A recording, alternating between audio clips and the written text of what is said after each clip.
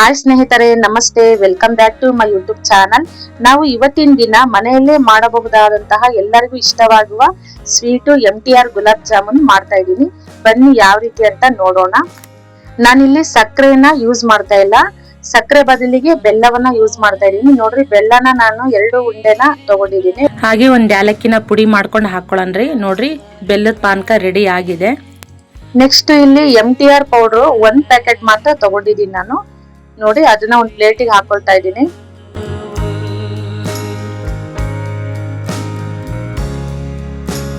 Next ಸ್ವಲ್ಪ ಸ್ವಲ್ಪ ಹಾಲು ಹಾಕೊಳ್ತಾನೆ ನಾವ್ ಇದನ್ನ ಕಲ್ಸ್ಕೋಬೇಕಾಗುತ್ತೆ. ನೋಡ್ರಿ, ತುಂಬಾ ಗಟ್ಟಿನೂ ಆಗ್ಬಾರ್ದು, ತುಂಬಾ ತೆಳ್ಳಗೂ ಕೂಡ ಆಗ್ಬಾರ್ದು. ಚಪಾತಿ ಹಿಟ್ಟಿನ ಹದಕ್ಕೆ ನಾವು ಕಲ್ಸ್ಕೋಬೇಕಾಗುತ್ತೆ. ನಾವು ಚಪಾತಿ ಮಾಡ್ತೀವಲ್ವಾ, ಆ ಹದಕ್ಕೆ ಕಲ್ಸ್ಕೋಬೇಕು. ಹಾಗೆ ಹೊಸಬ್ರು ಯಾರೆಲ್ಲ ನಮ್ಮ ಚಾನಲ್ ನೋಡ್ತಾ ಇದ್ದೀರಾ, ಪ್ಲೀಸ್ ಸಬ್ಸ್ಕ್ರೈಬ್ ಆಗಿ. ನೋಡಿ, ಚಪಾತಿ ಹಿಟ್ಟಿನ ಹದಕ್ಕೆ ನಾನು ಕಲ್ಸ್ಕೊಂಡಾಯ್ತು. ಇದನ್ನ ಒಂದು 10 ನಿಮಿಷ ನೆನೆಯೋಕೆ ಬಿಡಬೇಕು. ನೆಂದ ನಂತರ ನಾವು ಸಣ್ಣ ಸಣ್ಣ ಉಂಡೆಗಳನ್ನಾಗಿ ಮಾಡ್ಕೋಬೇಕು. ಸ್ವಲ್ಪನೂ ಸ್ಕ್ರಾಚ್ ಆಗಬಾರ್ದು ಕಣ್ರಿ, ಆ ರೀತಿ ಸ್ಮೂತ್ ಆಗಿ ನಾವು ಉಂಡೆನ ಮಾಡ್ಕೋಬೇಕಾಗುತ್ತೆ. ನೋಡಿ, ಎಲ್ಲಾನು ಇದೇ ರೀತಿನೇ ನಾವು ಸ್ಮೂತ್ ಆಗಿ ಉಂಡೆಗಳನ್ನ ಮಾಡ್ಕೊಳ್ಳೋಣ. ಸ್ವಲ್ಪನು ಕ್ರ್ಯಾಕ್ ಇರಬಾರ್ದು.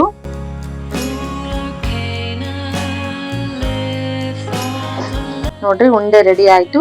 ನೆಕ್ಸ್ಟ್ ಇಲ್ಲಿ ಒಂದು ಪ್ಯಾನ್ ಅಲ್ಲಿ ನಾನು ಆಲ್ರೆಡಿ ಎಣ್ಣೆ ಕಾಯ್ಲಿಕ್ಕೆ ಇಟ್ಟಿದ್ದೆ. ಎಣ್ಣೆ ಕಾದಿದೆ. ಒಂದೊಂದಾಗಿ ಉಂಡೆಗಳನ್ನ ಹಾಕೊಳ್ಳೋಣ. ನೋಡ್ರಿ, ಇದು ಬ್ರೌನ್ ಕಲರ್ ಬರೋ ತನಕನು ನಾವು ಫ್ರೈ ಮಾಡ್ಕೋಬೇಕಾಗತ್ತೆ. ಲೋ ಫ್ಲೇಮ್ ಅಲ್ಲಿ ಇಟ್ಕೊಂಡೆ ನಾವು ಫ್ರೈ ಮಾಡ್ಕೋಬೇಕು. ಜಾಸ್ತಿ ಉರೆ ಮಾಡ್ಕೊಳಕ್ ಹೋಗ್ಬೇಡಿ, ಲೋ ಫ್ಲೇಮ್ ಅಲ್ಲೇ ನಾವು ಇದನ್ನ ಫ್ರೈ ಮಾಡ್ಕೊಳ್ಳೋಣ. ನೋಡ್ರಿ, ಚೆನ್ನಾಗಿ ಮಗುಚಿ ನಾವು ಅದನ್ನ ಕರ್ಕೋಬೇಕಾಗುತ್ತೆ. ಚೆನ್ನಾಗಿ ಅದು ಫ್ರೈ ಮಾಡ್ಕೋಬೇಕು.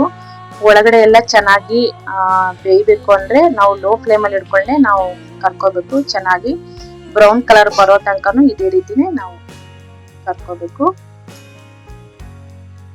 ಬ್ರೌನ್ ಕಲರ್ ಆಗಿದೆ ನೋಡ್ರಿ, ಚೆನ್ನಾಗಿ ಫ್ರೈ ಆಗಿದೆ. ಇದನ್ನ ಒಂದು ಪ್ಲೇಟ್ ಅಲ್ಲಿ ಹಾಕೊಳ್ಳೋಣ್ರಿ. ಎಲ್ಲಾನು ಪ್ಲೇಟಿಗೆ ಹಾಕೊಳ್ಳೋಣ. ನೆಕ್ಸ್ಟ್ ಇದನ್ನ ನಾವು ಉಂಡೆಗಳನ್ನೆಲ್ಲ ನಾವು ಪಾನಕದಲ್ಲಿ ಹಾಕೊಳ್ಳೋಣ್ರಿ. ನೋಡ್ರಿ, ಇದು ಒಂದು 2 ತಾಸಾದ್ರೂ ಜಾಮೂನು ನೋಡಿ ಚೆನ್ನಾಗಿ ಸಾಫ್ಟ್ ಆಗಿ ಅದು ಪಾನಕ ಎಲ್ಲ ಹೀರ್ಕೋಬೇಕಲ್ರಿ.